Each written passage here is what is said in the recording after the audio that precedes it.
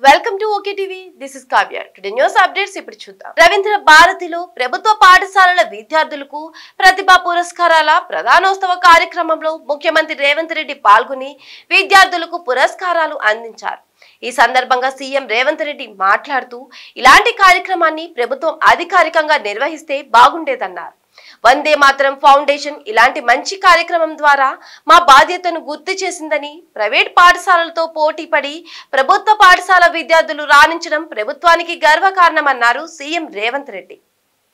Corporate పాఠశాలతో మా విద్యార్థులు పోటీ పడ్డం మా గౌరవాన్ని మరింత పెంచిందని విద్యార్థులకు నా హృదయపూర్వక అభినందనలు తెలిపారు సీఎం రేవంత్ రెడ్డి. అంతేకాకుండా 90% IAS, IPS అధికారులు ప్రభుత్వ పాఠశాలలో చదివిన వారే. నాతో సహా ప్రముఖ రాజకీయ నాయకులంతా ఒకప్పుడు ప్రభుత్వ పాఠశాలలో చదివిన వారే.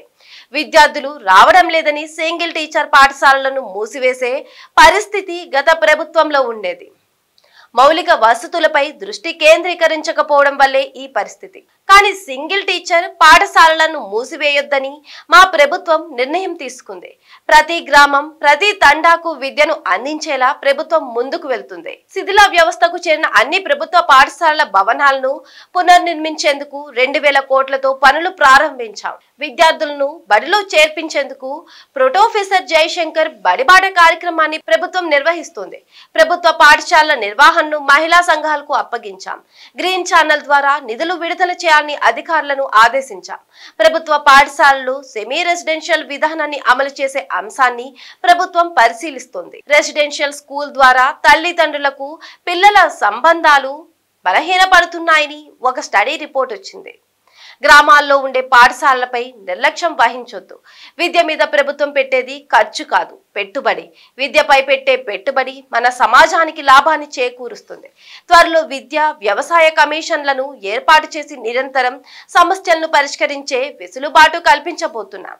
మా ప్రభుత్వానికి వేషజాలు లేవు. ఎవరైనా సలహాలు ఇస్తే స్వీకరించడానికి ప్రభుత్వం సిద్ధంగా ఉంది. 10 out of 10 వచ్చిన విద్యార్థుల అడ్మిషన్లపై ప్రత్యేక దృష్టి పెట్టాలని అధికారులకు ఆదేశిస్తున్నా. ఇంటర్మీడియట్ లోను స్టేట్ ర్యాంకులు సాధించి భవిష్యత్తులో రాణించాలని ఆకాంక్షిస్తున్నా. మీకు ప్రజా ప్రభుత్వం ఉంది. ప్రజా పాలనపై నమ్మకం కలిగించేలా ముందుకెళదాం అని సీఎం రేవంత్ రెడ్డి అన్నారు.